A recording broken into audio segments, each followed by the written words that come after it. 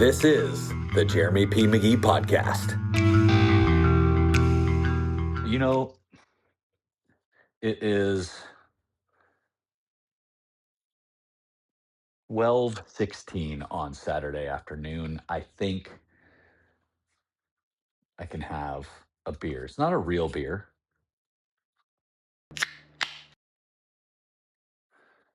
I was going to have a cup of coffee, but I feel like beer. I feel like it's beer time. Mm, that's good. That's good. Where do we start, man? So I had quite the adventure last Sunday. Today is Saturday. So I've had a week to recover, and it's taken me a, a week to recover. Sunday, not so fun day. Maybe we'll call the video that. Um, man, I'm just going to start from the beginning. The entire week leading up to that day, things were just breaking and failing. Um, our washer broke. That happened. Um, my lights, these are smart bulbs in these lights here. They're working now, but those disconnected and wouldn't reconnect no matter what I tried. And Friday last week, I took the entire day trying to get these stupid light bulbs to reconnect. They wouldn't. I have a ceiling fan with a light that just died. Oh yeah, and one of the caster wheels on my wheelchair, the bearing just exploded, and I lost a wheel on my wheelchair. And so I was going without a wheel for a few days until the parts arrived. That was interesting. That's now fixed. The lights are fixed. A new ceiling fan is coming. But all that to say, it was just kind of one of those weeks already.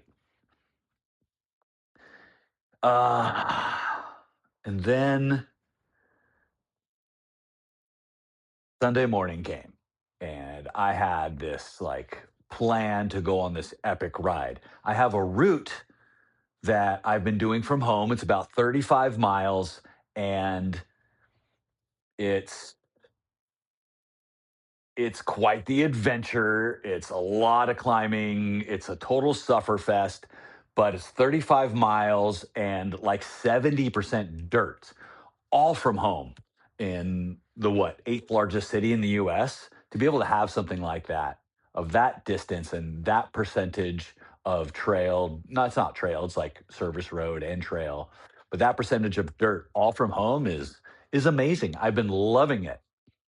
And last weekend, I I rode the Trans County Trail that goes east of Los Penasquitos Canyon for the first time with a couple friends of mine, Sean and Susie Murphy.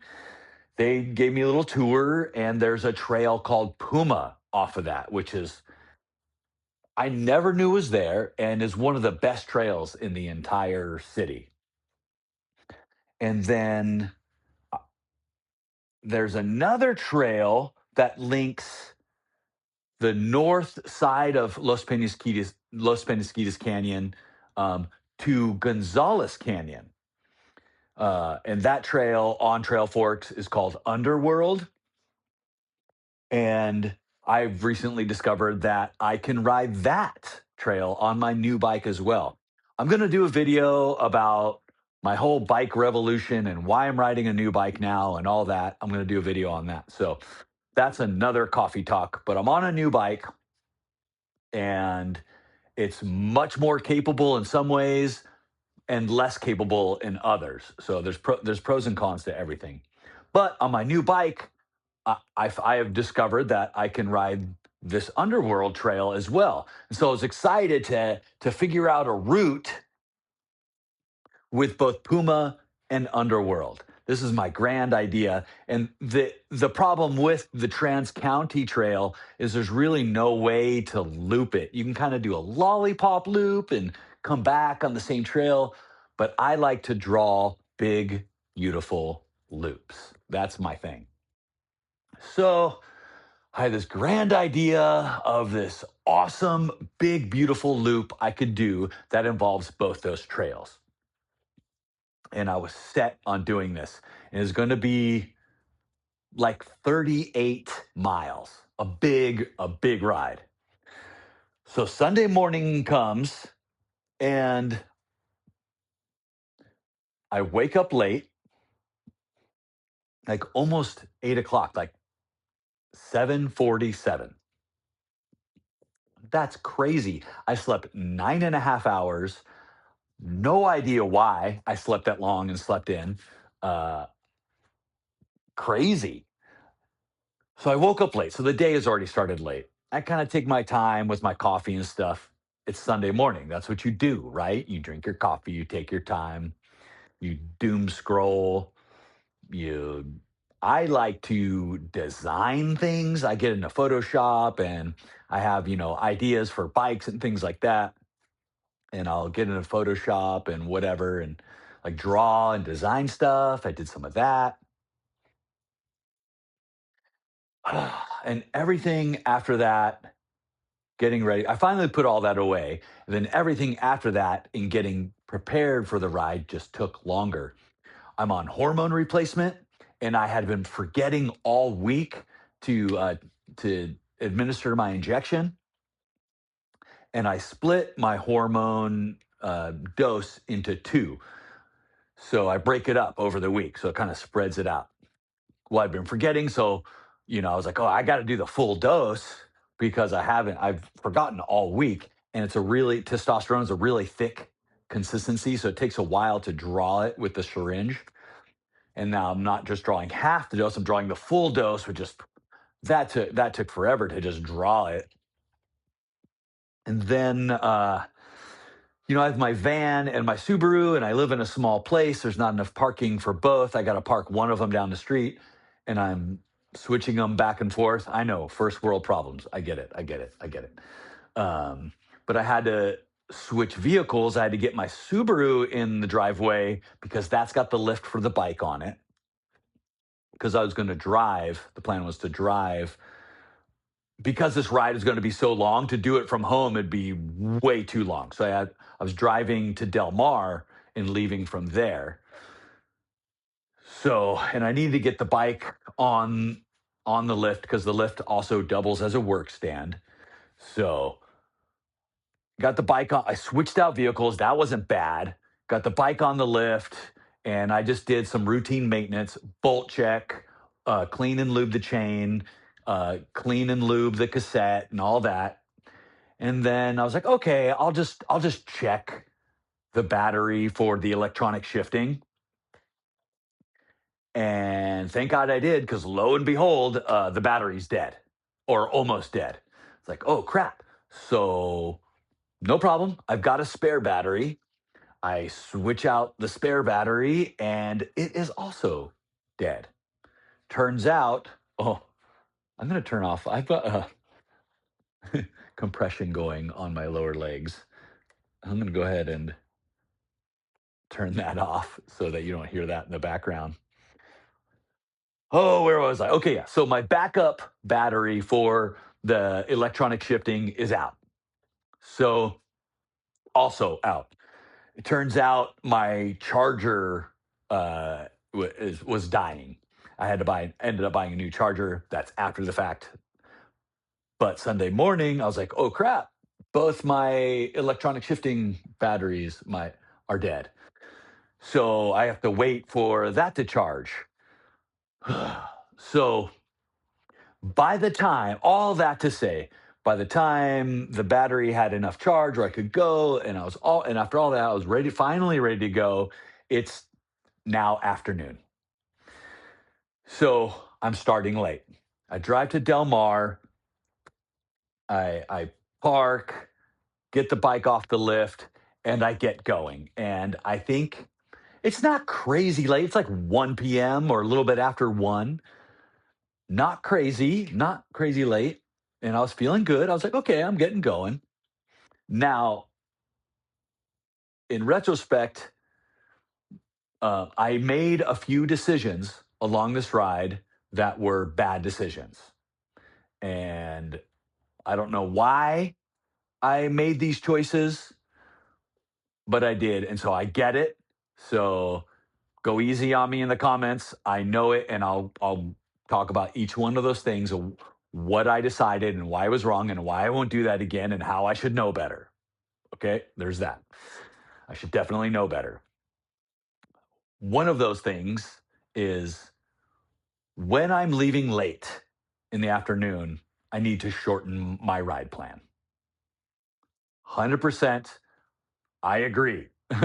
I made bad decision of sticking to this long ass route that I was going to do with some exploring and experimentation were involved in this route too. So, no exploring when I'm leaving late. Noted. I will never do that again. I will change my ride plan when leaving later in the afternoon. Also, and this will, I'll get to this part of the story why this was an important call. When leaving late, I need to wear different glasses. I just did a video on my eyewear lineup from SportRx. SportRx is a sponsor. They give me eyewear, and they say yes to me when I want something. So they're a sponsor, and you can buy their product knowing, feeling good about it because they support me and they're a great company. They've got professionals um, online ready to talk to you about your order and your prescription and to help you get the right thing. And you can trust that they're going to get your prescription correct. I've gotten prescription eyewear from other companies and I can't wear those glasses because it's not right. But everything I've ever gotten from SportRx is right. And if you use the code JPM10, JPMTEN, with 10 spelled out, you'll get 10% off. So, anyways, I have 3 pairs of glasses. I have my clear transitions that I wear every day when I'm working on the computer. These ones right here that I just was wearing and took off. Um, that's what I wear all the time, every day for life, for just general life, and those are great.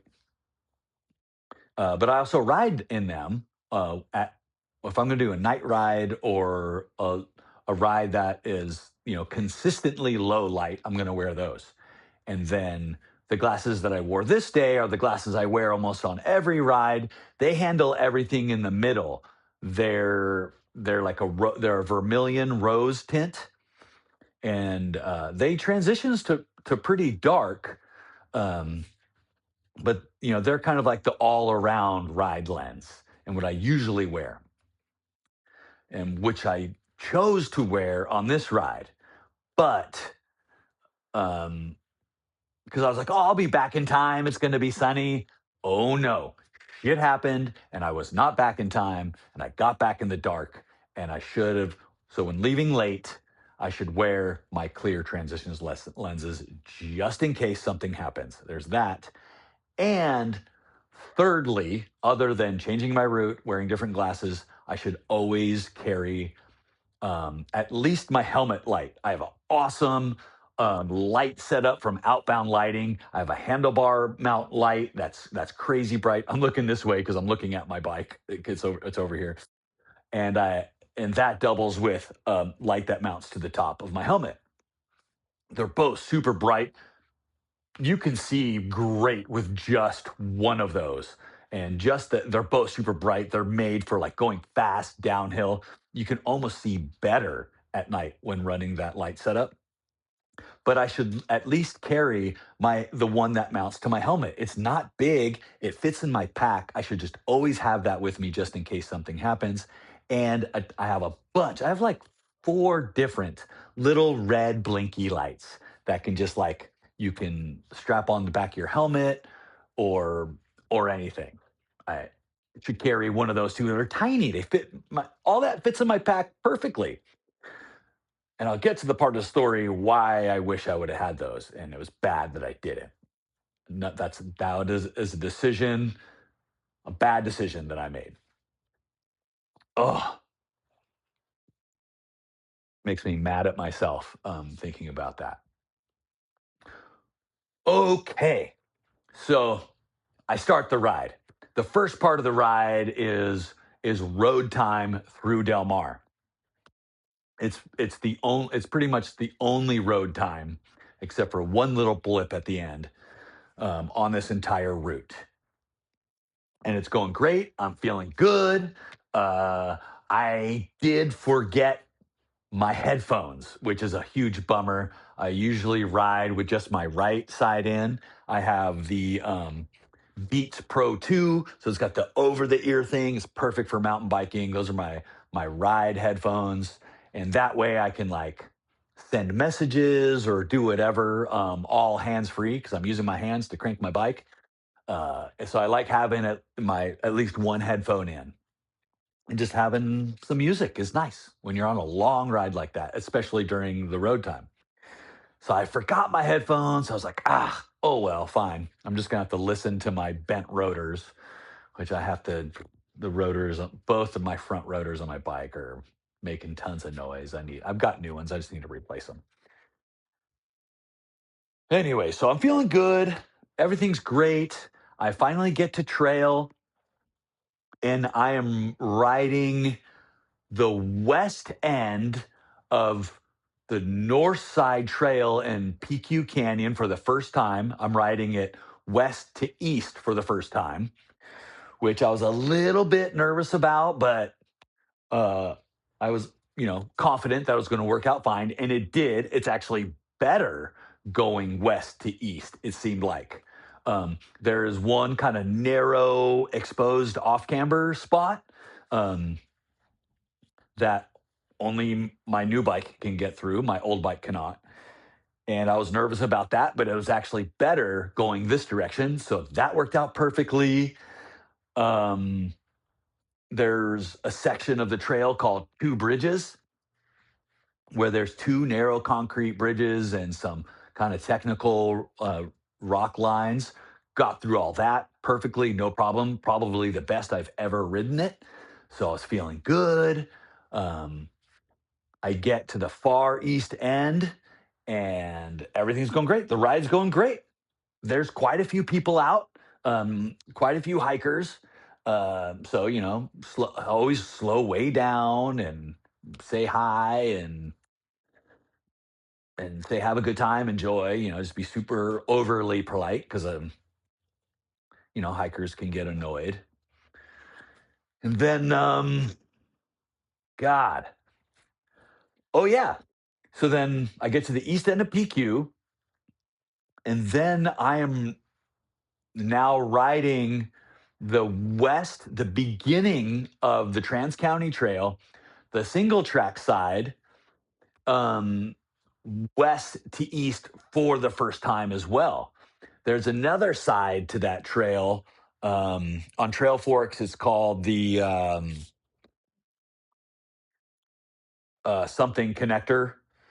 Uh, I can't remember what it's called. But anyways, there's kind of two sides of the trail, and there's the north side and the south side, kind of just like PQ Canyon. And the south side is a little wider. And I usually ride that out and then loop it back with the more single tracky trail on the north side. Well, since I was not going to be looping back and just continuing east, I decided to ride the north side of the single track north side section from west to east for the first time. That went perfect. No problem at all. Not one glitch. Perfectly smooth. Rode it really, really well. And then the rest of the trail, it was my second time riding it. There was my first time riding it with my friends Sean and Susie the weekend prior. and they gave me the tour. And this was my first time now riding it solo, and everything went perfect. Everything was great. It was awesome. I had to stop and check the map just a couple times, and I got to Puma, the trail I really wanted to ride. And on Puma, there was there's a couple spots where I was, you know, there's potential for drama, for getting, not drama where I'm going to flip over and fall, but like where I could get stuck. The the issue with the new bike is traction on steep, loose trail. Uh, and so got to be careful with that. I've gotten stuck, and I actually do get stuck on this ride, which we'll get to that. Um, but on Puma, boom, got through everything perfect. No problem at all. I think there's some tight switchbacks in the very beginning to get up to it. I had to reverse on one of them, but it went perfect. It was no problem. I just reversed a little bit, got my line better, boom, boom, boom, right up it. No problem. There was a spot that my friend Sean had to push me up and over uh, later in the trail. Got up and over that, no problem. I knew it was coming. I kept my speed up, boom, no problem. Now, at the end of Puma, there's a culvert, which with a really narrow bridge. Um, but there's a bug out trail. So I found the bug out trail. It was all perfect. Got back to the Trans County Trail. No problem. No issues. The ride's going great. The ride's going really great. But it is, I'm now at, close to mile 20, and it's starting to get late in the afternoon. 20, I average about 10 miles an hour on my bike overall. And so, it's kind of like an hour per 10 miles. So 20 miles is like 2 hours. So now we're getting, 3 o'clock, a little bit after 3:30, and the sun's getting low. Sunsets at 5:30.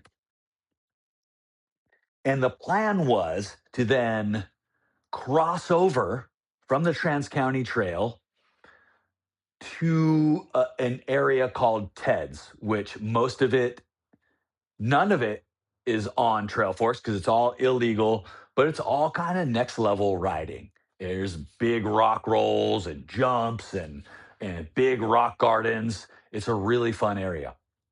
But there is a trail along the east end of it that is perfectly legal. That's on Trail Forks. So I linked up to that. That's my plan, is to link up to that and then just do the climb trail at Ted's, so I could just cut over to the 56 bike pathway.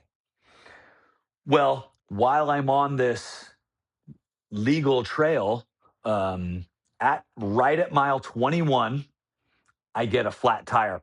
I hear it, like my tire, just blows out. I'm like, oh no.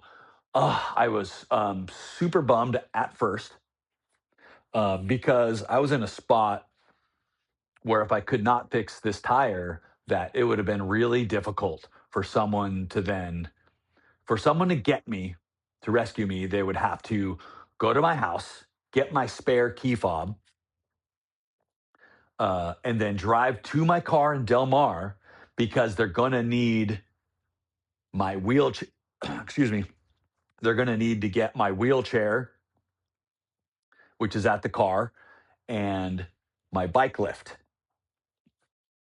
to carry my bike back, unless they've got a truck and they're super strong where they can, like, baby carry me into their car and lift my huge heavy bike into the back of their truck. That alone is going to take a really strong person. So I'm thinking all this, and I'm like, then this person's going to have to, like, unlock my wheelchair from the lift, because my wheelchair's locked up because it's sitting outside my car. So I lock it up. They're going to have to unlock it. And it's kind of a weird lock. I'm going to have to talk them through that. And then I'm going to have to talk them through, like, raising my lift on the back of the car because it's lowered down, because I unloaded my bike and I'm going to load it back up. So I leave it in the down position. I'm going to have to talk them all through that. Then they're going to have to come to the nearest spot to this trail where I'm at, and I can probably get to that spot. I can, ride on this flat or whatever, because I do have inserts, so I can ride on it for a little bit. It's about the equivalent. The foam inserts inside the tire are about the equivalent of about 8 psi.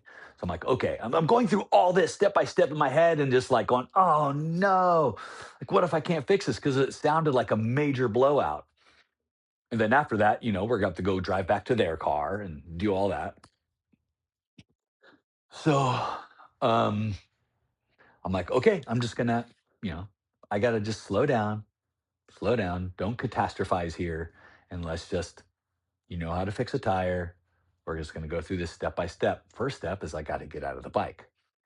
And getting out of my bike, I gotta unstrap myself. And then when I lower myself to the ground, the thing that got to be really careful of. I have to make sure my leg comes with me. Like my foot doesn't get caught in anything on the way down, because I could break my fucking leg getting out of my bike. I have to be really careful of that, because if it's my foot stuck and I drop down to the ground, I don't even, I was about to make like a cracking sound, but I'm not going to do that because it's cringy. It's cringy. Anyways, avoid avoid breaking my leg, get down to the ground, get my legs out, and then I take my cushion that I'm sitting on and I put it on the ground and I sit on the cushion and I've got my pack and I proceed to fix my tire. No problem. No problem at all. And this is my first time ever fixing a flat with a tubeless tire. I've never done it before. I've seen it done before with there's a product called bacon strips for you people that are listening or watching that are not bike people. They're like these little strips that look like miniature tiny bacon strips, and you stuff them in the hole in the tire and it plugs it up. And the sealant, then you fill it up with air and you watch the sealant bubble, and then the sealant eventually stops bubbling and it's sealed. And I fixed the tire, no problem. I was super stoked. I took my time to make some videos about it, about like, oh, I'm stoked this happened because I want to practice fixing my first time fixing a tire and I wanted to practice it and yada, yada, yada. And also when I'm sitting on the ground like that, I take that opportunity. My practice is to, touch the ground with my hand, with my skin, because how often do we actually do that? Do we touch the ground with our skin? So I made a video talking about that, you know, about what it means to me and to make sure I, you know, take my time to do that. All that to say, oh, and then for some reason it just took me forever to get back on my bike. I was having a hard time, like getting my butt up high enough. You know, uh, the ergonomics, the way our bodies work, our hips go the opposite direction of our head. That's why when swimming, when you pick your head up, that makes your hips sink. And that's why you swim with your face in the water, and that then lifts your hips to the surface of the water and you can plane on the surface. Um, for those of you just listening, I'm making these motions on camera. So, I got to throw my head like down into the side to get my hips to come up high enough to get up on my bike, to get up high enough for the seat in my bike. Well, for some reason, the way the ground was, the way the leverage was, I was just having the hardest time. And finally get in, finally get going. But all that to say, like, it was like a half hour or more stop. Okay, now we're getting close to it's 4 o'clock, you know? And I'm over 20 miles. I'm already tired. And I am now riding trail, this climb trail at Ted's. I've ridden before on my old bike, which can just moto up anything. But now, first time I'm ever riding it on my new bike. And, anything steep or loose is an issue with this bike. And sure enough, I get fucking stuck. And I'm like, holy crap, dude. What am I going to do? and a hiker was coming down with his dogs. And I was like, "Oh, hey, man, yeah, well, do you mind helping me out?" Turns out this guy's hard of hearing, and he's also exhausted from a gnarly hike, and he's worried about his dogs, like letting them go to help me. But him being hard of hearing, it was interesting, like trying to communicate in kind of semi hand gestures that I'm paralyzed. I'm a paraplegic and I need help, and all I need is a push. Really, that's just it. I just I can't get traction. I just need a push. How do you find that? But we figure it out. We communicate. He pushes me and he gets me out. And he was a great guy. Got his names, made sure to like look him in the eye, say thank you. But it's the sun is now very low. Now we're talking. It's we're close to 4:30. Sun setting in an hour. So, it might even been later than that by at this point. I can't remember what time I started, but sun is low. It's low light. It's starting to get dark now. I make it to the top of that, no problem. It was great. I was stoked. I get to the 56 bike pathway. Not no problem. I had to stop and look at the map because I kind of took a wrong turn and I got confused on direction. And so I actually had to stop and look at the map for, it's close to 10 minutes before I figured out my direction I needed to go. So there's more time lost, but I get to the 56 bike pathway, no problem. Now I'm gaining miles. Now I'm on pavement and I'm cranking hard and I'm flying and I'm gaining miles and I'm working my way west very quickly. I'm getting close to home. So the next trail is Underworld, the trail that I'm excited to connect to this route and have be a part of this epic route. And there's two issues on this trail that I know about. I have ridden it recently, um, and I ride the trail. It As I'm starting the trail, I'm like, it's getting dark. Um, it's getting dark at this point. I'm like, but I'm almost home. I'm literally like 5 miles, 5 miles max, like 5 miles from my car. I'm at the end of the route. Once I get through these two issues, I am home free. Get through the first issue. No problem. Hell yeah. So stoked. I rode that perfectly. Get through the second issue. No problem. Perfect. I am feeling myself. I am so stoked. I got through the two issues. No problem. I'm home free. The rest of the trail is super easy. I've ridden it all before. It's all great. And then after that trail is just pathway back to my car. So I'm going riding a little too fast. I'm feeling myself. I'm feeling confident, but I'm going a little too fast for it being almost dark and wearing the darker sunglasses. And I just make a bonehead move. There's a rock on the left, a bush on the right, and instead of kind of straddling the rock and kind of going straight over it, I went to go around it, and then my right wheel rode up on the bush and boom, flipped me over so fast. Absolute high speed crash. Ugh. And super bonehead move. Like just dumb move. Um, yeah, really mad at myself and embarrassed about that move because I was almost home, and I fucking crashed. So I'm like, okay, I know how to do this. I can get out of my bike. I can flip it over. I can get back in. So I, slide out of the bike, make sure I don't hurt my leg. And the thing about this new bike is it angulates, and there's a pin that you will lock that you put in that locks out the angulation so you can stand still. And then when you get before you get going, you pull the pin out so it can lean.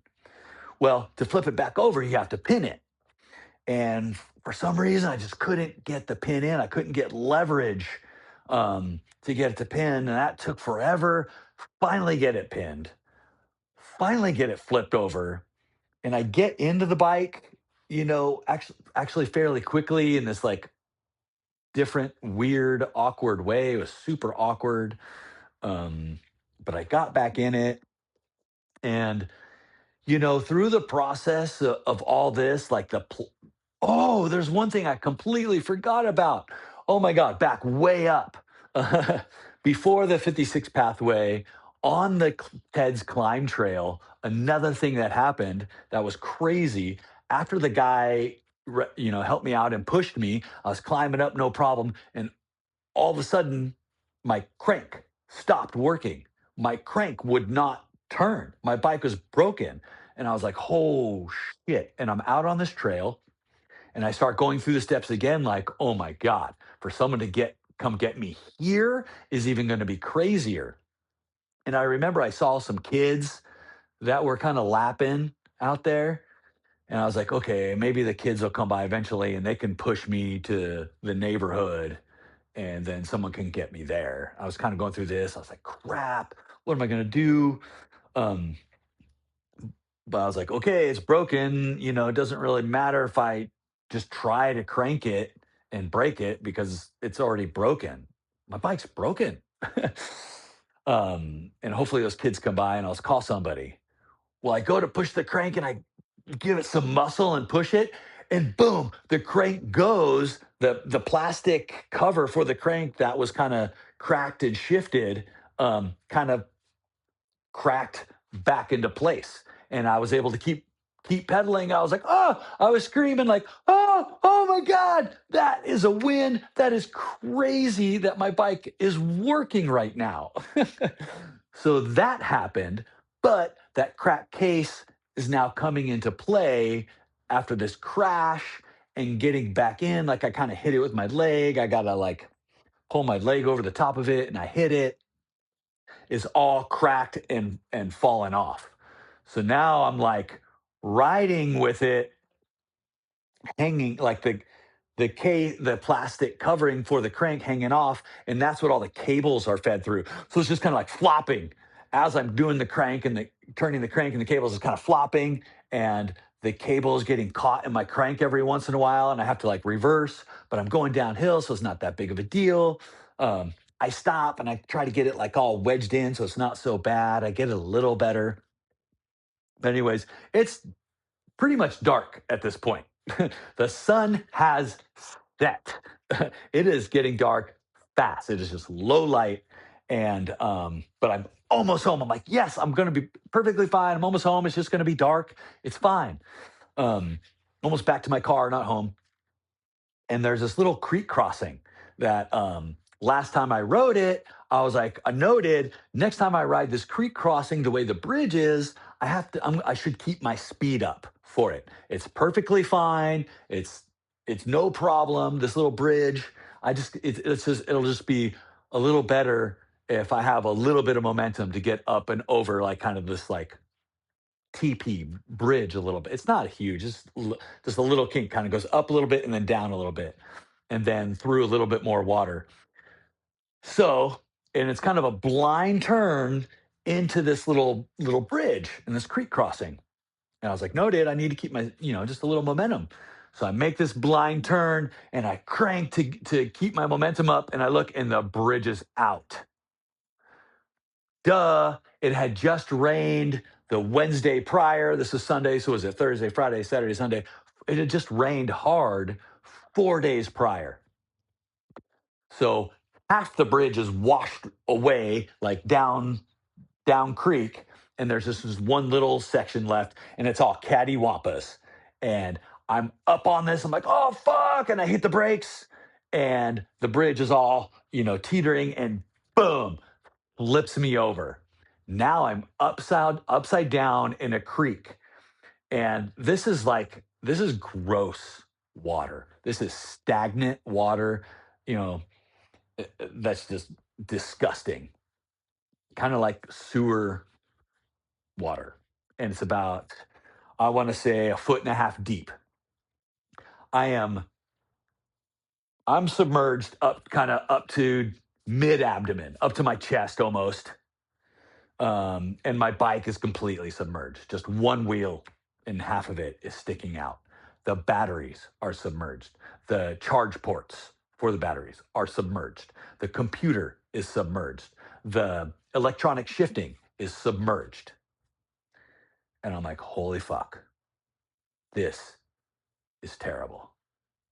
This sucks. But I was like, I don't have a choice. Like, I have to get out of this. I have to survive from this situation. The frogs are starting. I'm like, oh my god, it's dark. You know, I'm in this water. I'm like, there's no way my bike's gonna work. It's completely submerged. There's no way it's gonna work. If my key fob for my car is underwater, my phone is waterproof. That's underwater. That's gonna be fine. But I have like a little electric rechargeable inflator. I haven't even tried to use it since. So that's probably toast. My phone's gonna be fine. Who knows if my car fob is gonna work? If my bike works, it's gonna be a miracle. There's no way. There's no way. So, but I'm like, okay, I can get out of this. I know how to do this. I'm just in water. It's the same thing. I'm just not on land. I'm in water. I gotta unstrap myself. I got to get out of my bike and make sure not to hurt my leg. I do that. Now I'm sitting in the water and my bike is on its side, almost completely submerged. And I'm kind of assessing the situation. I'm like, okay, I can get the bike flipped over. I can do that. And then I can get it up on that bank. And if I get it up on that bank, I can actually sit on the bridge next to it. And then I'm at the same height as the bike because the bridge is kind of cockeyed like this. And then all I got to do is pull the bike over to me. It's going to be easy transfer. And that's what I'm going to do. Okay, so I have a plan. I've got a plan. Okay, I've got to pin the bike before I flip it over. Now this water is cold. My hands are frozen, and you can kind of guess what happens here. I I pull the pin out of its holding spot. I go to put it to pin the bike. Of course, it doesn't go in because I gotta fuck with the bike. And as soon as I make a move, boom. Yeah, you guessed right. I drop the fucking pin in the water. Ugh. Drop the pin in the water. I That's another thing. I do have a backup pin in my spare parts box in the back of my van. So I just need to carry that spare pin with me. It's got a little keyring on it. I just clip it to the little keyring clip in my pack. Yes, that's another thing different I'm going to do is always carry that spare pin with me. I have to find this pin. There's no not finding it. There's no way I could get back on my flip my bike over and get in without this pin. There's no way because it just flops over. So here I am. I close my eyes. I'm like, okay, I just got to slow down. The pin is there. You can't see it. This water you can't see in. It's like, and plus it's dark. So I'm just feeling around the bottom of this creek, this stagnant, gross water with my eyes closed, just feeling around. I'm not finding it. I'm like, okay, just slow down, feel slower. And I kind of like line up, okay, if the pin dropped right about there, and I'm starting, start right there and then start in like concentric circles, getting further and further out from it, so it dropped and then like, hit the water and then went at an angle. It took like 10 minutes. That's a long time. It's definitely more than 5, maybe less than 10, maybe 7 or 8 minutes. A long time to be sitting there like slowly searching this little I find the fucking pin.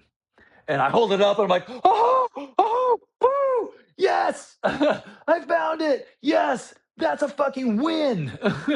So I find the pin. I'm soaked.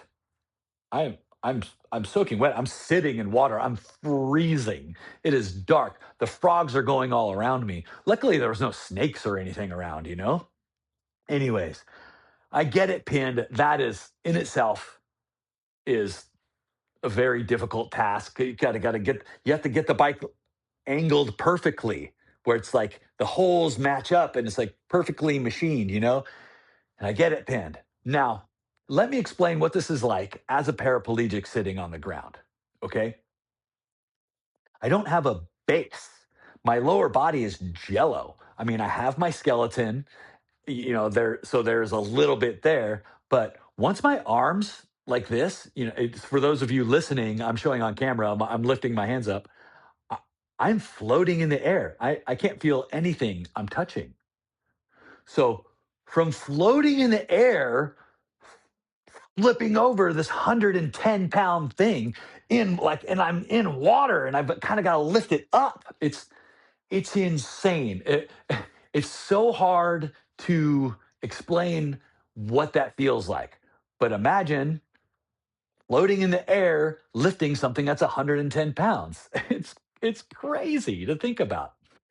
So I get it flipped over and I got to angle it and stuff. And I kind of got to scoot my butt around, and now I'm wearing padded bibs. So my butt is padded up. I'm wearing mountain bike pants. So my legs are covered. And I wear shoes that cover my ankle bones, and I've got compression socks on.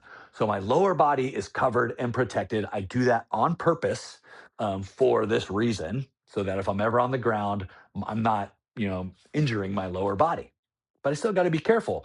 Luckily, when I crashed, I wasn't impaled by any branches and I, didn't hit my elbow or something on a rock. So lucky that when I flipped over, that nothing like that happened. So anyways, I'm scooting around, get kind of, around the other side of the bike, and I got to get it up on the bank, which is, I'm down, about a foot and a half, in water, and then the bank is another foot and a half up, and I got to get this 110-pound thing up on this bank, and it just won't go. It's like 6, 7 tries, I just couldn't get it. But I figured out that if I roll the rear tire and roll the front tire, I can get the front wheel up on this bank because the right wheel was already up there. When I flipped it over, that landed up on this bank. So from floating in the air, push this thing and I push this heavy thing and I get it up, the two front wheels up on the bank. The rear wheel is still down in the water. I'm like, okay, now I can get up on the bridge. So I scoot around, I get up on the bridge, being very careful not to injure my lower body or get a tweak a leg or anything. And then it's a whole thing to get all three wheels up on this bank. That took a while. And in that process, the bike ended up kind of straddling this like vertical palm frond bush thing. I don't know what it was, but this like palm frond bush thing is like in between the crank and the footrest and the left wheel. So it's kind of straddling this thing. So I can't pull the bike over to me sitting on the bridge. So oh, before that, yeah, oh yeah, like getting a third wheel back up onto the bank took a while. Um, that in itself was like 10, 15 minutes or so to figure out that leverage point and get that worked. But yeah, so I get the bike is on the bank, I'm on the bridge. We're kind of like, we're in a much better situation now, but now the bike is stuck kind of over this bush thing. And I can't, it won't move. It won't move towards me. So what I have to do is kind of flip it on its side now and like kind of drag it sideways so that the left wheel is up high enough on the bush where the bush is not as firm, and kind of push through the top part of it. And I'm just inching it, and I'm just like yanking it. And I'm like, oh my God, I just recovered from a torn bicep. And this is how I tore it, is like yanking fast and hard on something heavy. So I'm like, do not re-injure your fucking bicep right now. Please, God. But I have to survive from this. I have to do something, I have to do. So luckily I was able to scoot the bike over that bush, get to a point where like I could lower it back down and kind of inch it over to me without re-tearing any biceps. Now I'm in a much better situation. It is very easy for me to transfer from the bridge into my bike. I'm in my bike. I'm all strapped back in and everything. The plastic casing is all cattywampus. I kind of trying to wedge that to get it as workable as possible. The bike turns on. Can you believe it? After being submerged, we're talking an hour. This whole process was about an hour. It is dark. The frogs are going. I'm alone. I'm soaked. I'm freezing. And I'm so close to my car, is the thing. I'm so close. I'm like 4 miles away. It's crazy. Or maybe not even 4 miles. So I'm at the end of my ride. And it's crazy that that's when all this happened, is right at the end. The bike turns on. I roll out of that creek and I'm like, yeah, fuck yeah, fuck yeah. I've got my glasses off now because I can't see with them. It's too dark. But they're prescription. So everything's kind of a little bit blurry. I can see, like right now, I don't have my glasses on. I can see fine. But if I've been wearing my glasses all day, it's an adjustment. It's an adjustment. Anyway, so things are kind of blurry. There's some deep sand on this trail, and I hit that. Oh yeah, my bike's not shifting. The gears were not working. But luckily, I was in a low enough gear where I was able to keep going. I was like, okay, I think I'll be fine in this gear. I hit this deep sand, and I'm like, oh, and it's dark, so I kind of hit me by surprise. I knew it was there, but I was like, oh, I started sliding around. I was like, don't stop, don't stop, don't stop, don't stop, because I can't shift. I can't shift down. Oh my God. And then the trail out of there is a significantly steep climb. And as I turn to start that climb, thank God my gears started working right then. I was like, oh my God. And I realized, like, this is steeper. This is steep, and it's steeper than I was thinking. Um, and I would have been screwed. I would have been screwed. But my bike started shifting. I was like, "Oh my god, hell yeah!" Now you have to be careful on this trail because it's like troughed out trail. There's basically a rut down the middle, and it's narrow, and so my two front wheels end up like kind of juggling back and forth in this trough if I'm not careful while I'm going too fast. Um, and that actually started to happen. I was actually jamming. I was actually going pretty fast because I was all stoked. Again, bonehead. And that started happening where I was kind of going, woo, woo, woo, like back and forth in this rut, in this like chopped out trail. I was like, oh, slow down, Jer. Don't get like, you're going to get home. You're going to be okay. Just take it slow. You don't need to be going fast. You can see, barely see. Okay. So I creepy crawl this trail the whole way and I make it out. I'm like, hell yeah. Now, um, now I'm on an SDG&E service road, and there's what's called a huge G out where it's super steep down and super steep up.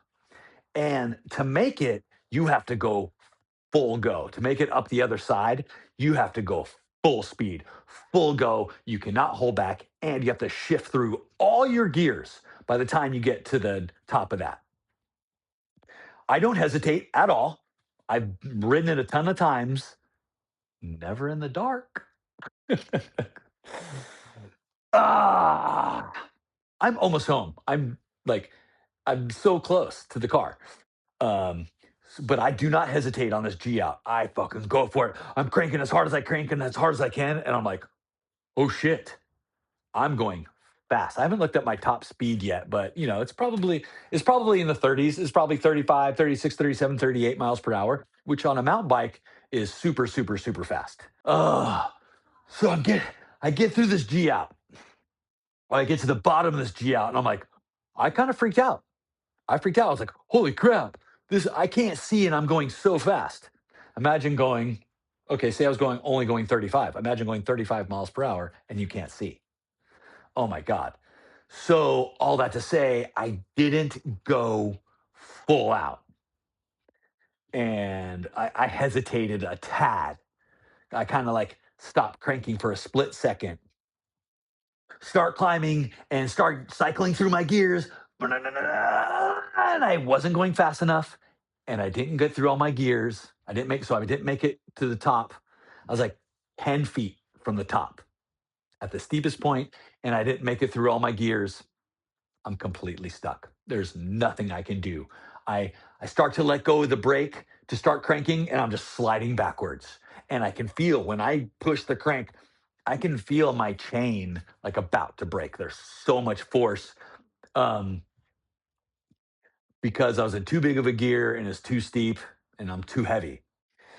I'm completely stuck. So I start yelling for help. And luckily, there's some houses there and some people heard me. And they came and helped me. These three guys are awesome. Took them a while. I was there probably 15, 20 minutes before they were able to make it to me because they went back inside, you know, put hiking shoes on and headlamps, and then had to hike around to me. Took them a while. And my wrist was hurting so bad holding onto the brake, and I had to hold all brakes, because if I let go of either the rear or the front, I would start sliding. So I couldn't let go of my brakes, and my wrist was hurting the whole time. I was like, I'll be fine. My wrist will just hurt. They'll be here eventually. They got to me. Great guys. All they had to do was just like get me started, and then boom, I cycled through my gears and I got there to the top myself. All I had to do was just give me basically a push start. I took a second to like get their names, tell them thank you so much, da da da. And they were like, "Don't let us stop you. It's dark and you're soaking wet and cold. Like, go. Like, don't let us stop you." And there, I was like, "Okay, thanks, guys." Boom, I'm gone. Now I got a short section of road time, not even 3/4 of a mile, probably half a mile of road. El Camino Real, which well, if you do know, if you're familiar with the area, there's no lights and there's no bike lane. And it's just half a mile along this dark, no bike lane road to get to the next trailhead. And that trailhead is just pathway back to my car. This part of the Coast to Crest Trail in Del Mar. Holy fuck. So here I am along this. I'm like, oh my God, it's dark. I did not plan on riding this in the dark, so I don't have any lights with me. Yes, I understand. I made a bad decision. If I'm leaving in the afternoon, be prepared for something to happen and to ride in the dark, carry your lights with you. So I'm on this dark road with no bike lane. And I'm just cranking as hard as I can. I'm going as fast as I can. And sure enough, I can see a car coming up behind me, and a car coming, and a car turns, and I can see lights coming from in front. And I can just see it happening, all converging all at once. I know this car coming up behind me cannot see me.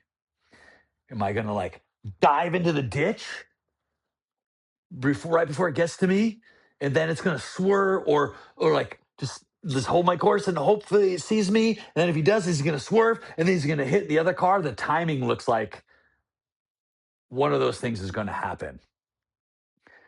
It's all bad, all very, very bad. And I'm cranking, and I'm cranking, I'm cranking. I'm like, oh my God, both these cars are converging. It's all converging at once. Like, what the hell am I gonna do?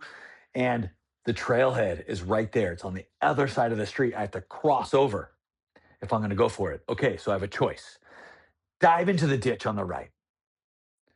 Hug what as much of a shoulder as there is, and hopefully this car sees me, and hopefully it doesn't swerve too much last second and hit this other car. Hopefully they're not passing at the exact same time, or make a fucking move and dive in front of both of them toward across the street into the trailhead.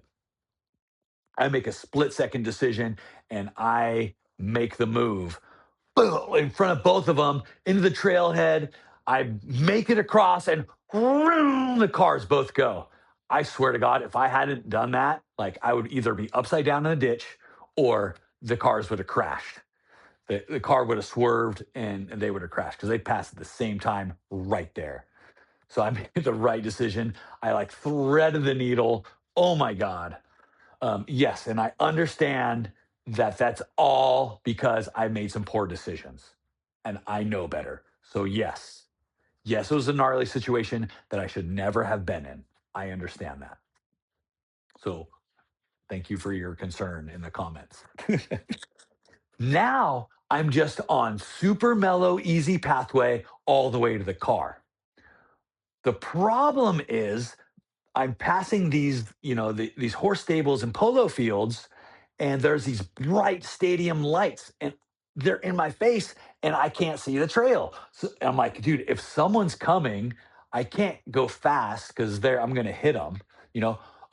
So I got to go slow, and I'm freezing. I cannot feel my right hand, half of my right hand. I can't feel my ring finger, my pinky finger, my ring finger, or my middle finger and half of my right hand. It's frozen. So shifting and braking and everything is weird. And that was happening this whole time. Riding and through the trail, the exit trail, the G out, everything. My hand was frozen the whole time. But and I can't see this trail either because the blinding lights, but I can see kind of a little bit of my peripheral. And so if I look down and block the lights with my visor from my helmet, I can kind of see the ground and the side of the trail just enough where I can stay on the trail.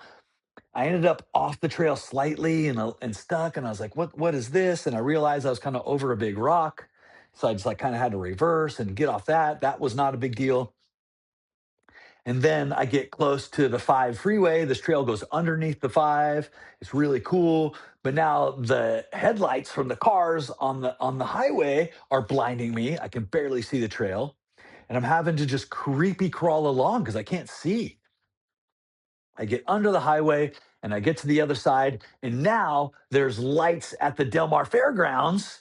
There's events going on there, even though the fair's not going on. Big stadium lights that are blinding me. I can't see. Finally, I get to my car.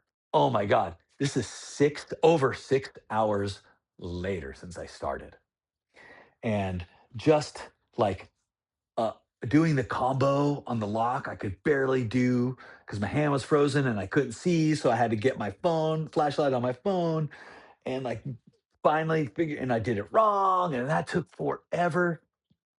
And then after a ride like that, after an experience like that, like doing the move to get up out of the bike into my chair is like nearly impossible. My arms are dead. I had just like been in a basic, like not just a ride, but like a wrestling match with a grizzly bear for hours, full body, crazy survival experience. And my body is just shot and I'm frozen. I'm borderline hypothermic. I realize in a minute.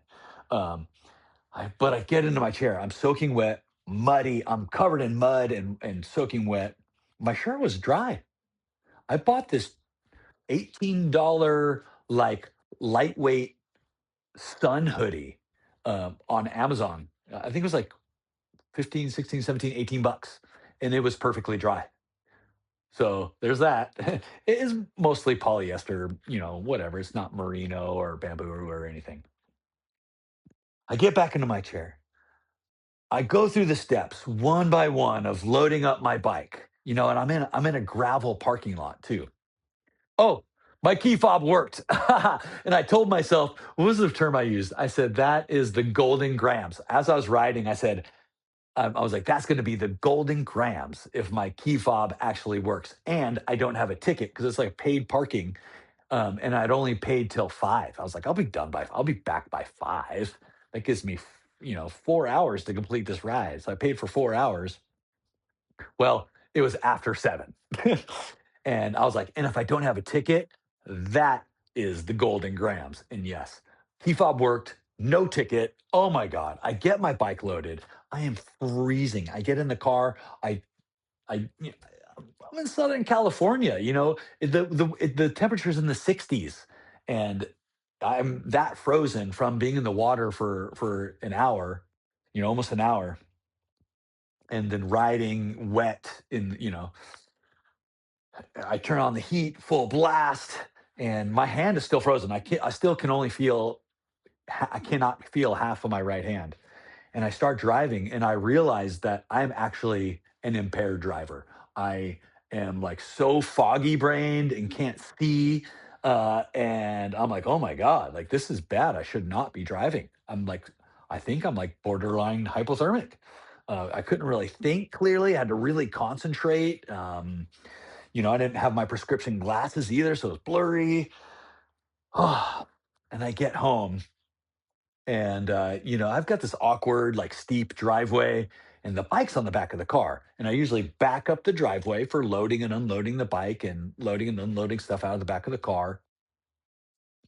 And so it's a steep driveway, so the door doesn't close on me. If I were to drive up forward, the door might close on me. So I've been backing up. I've lived here for 15 years. I know how to back up this driveway. I've been doing it for a very long time, but I'm impaired.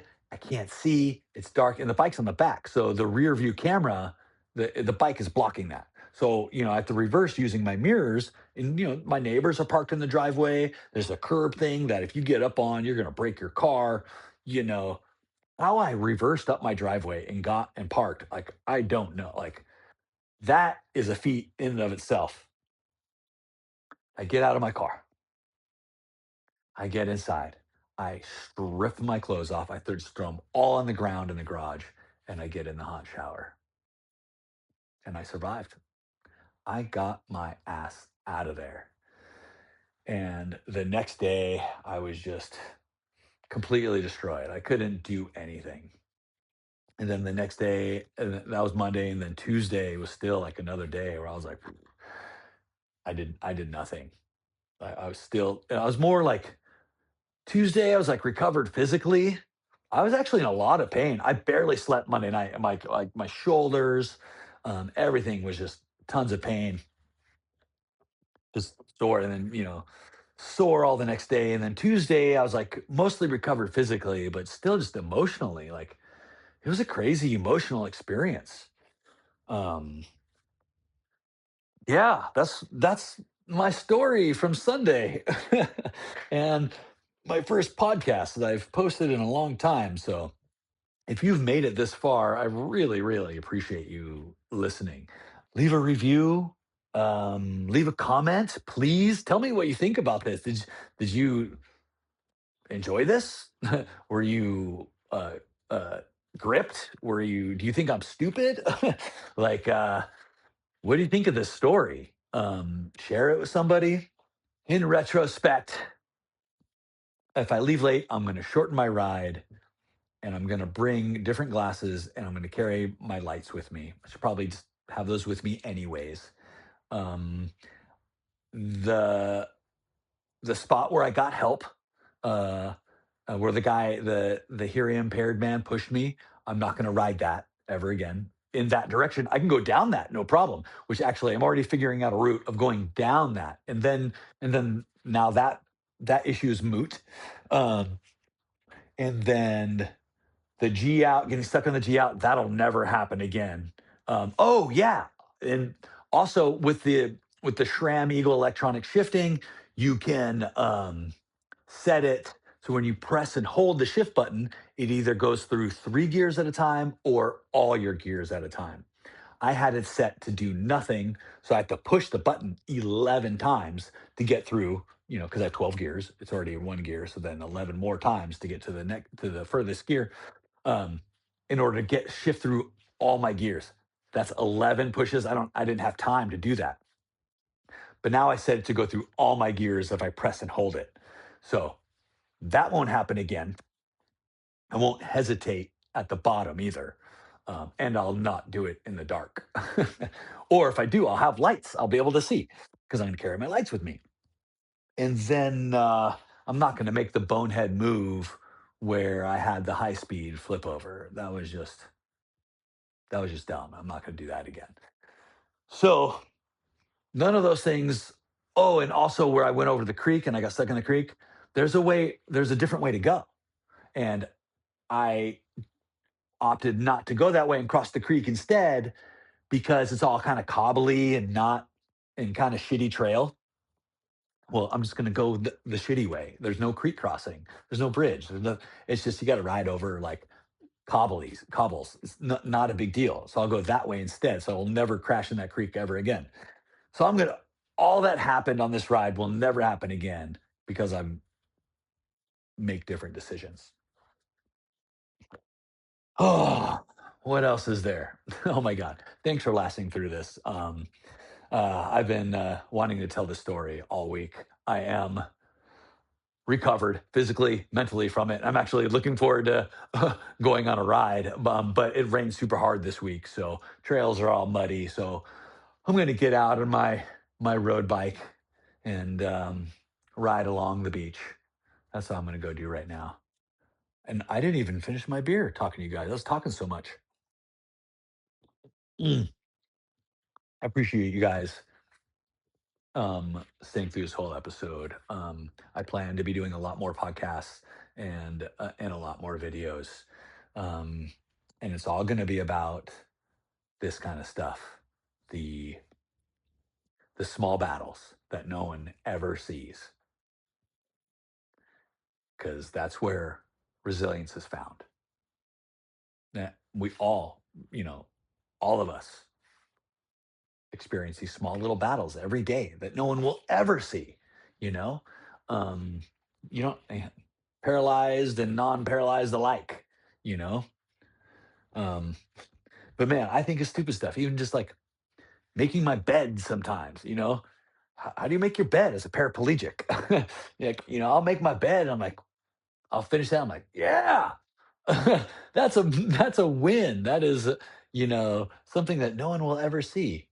And I want to make my channel more about this stuff and have guests on that talk about resilience and things that they've survived and little battles every day that they've experienced that no one will ever see. Um, yeah, I'm going to make things more about that, and you guys can share your thoughts on that too. Like, what do you think? Um, and I'm also going to talk about where I went and what happened to me this past 2 years. Why I kind of disappeared. I've been through some gnarly shit, and I'm lucky to be alive. And I'm going to tell that story too. And I'm going to have people on that saw it and interview them and their perspective and what they saw and and how they're afraid for my life and things like that. My surgeon, I had a bunch of surgeries, and my surgeon said that he'll do a podcast episode. So I'm excited to do those. Anyways, I'm going to get outside, get some exercise, and I really appreciate you guys. Um, thanks for listening. Okay, my sign off. I haven't done for a long time. And now it's your turn. Put that phone down and go get your hug from Mother Nature. But do it intelligently and make smart choices, not like me. Okay, thanks for listening. This is the Jeremy P. McGhee Podcast.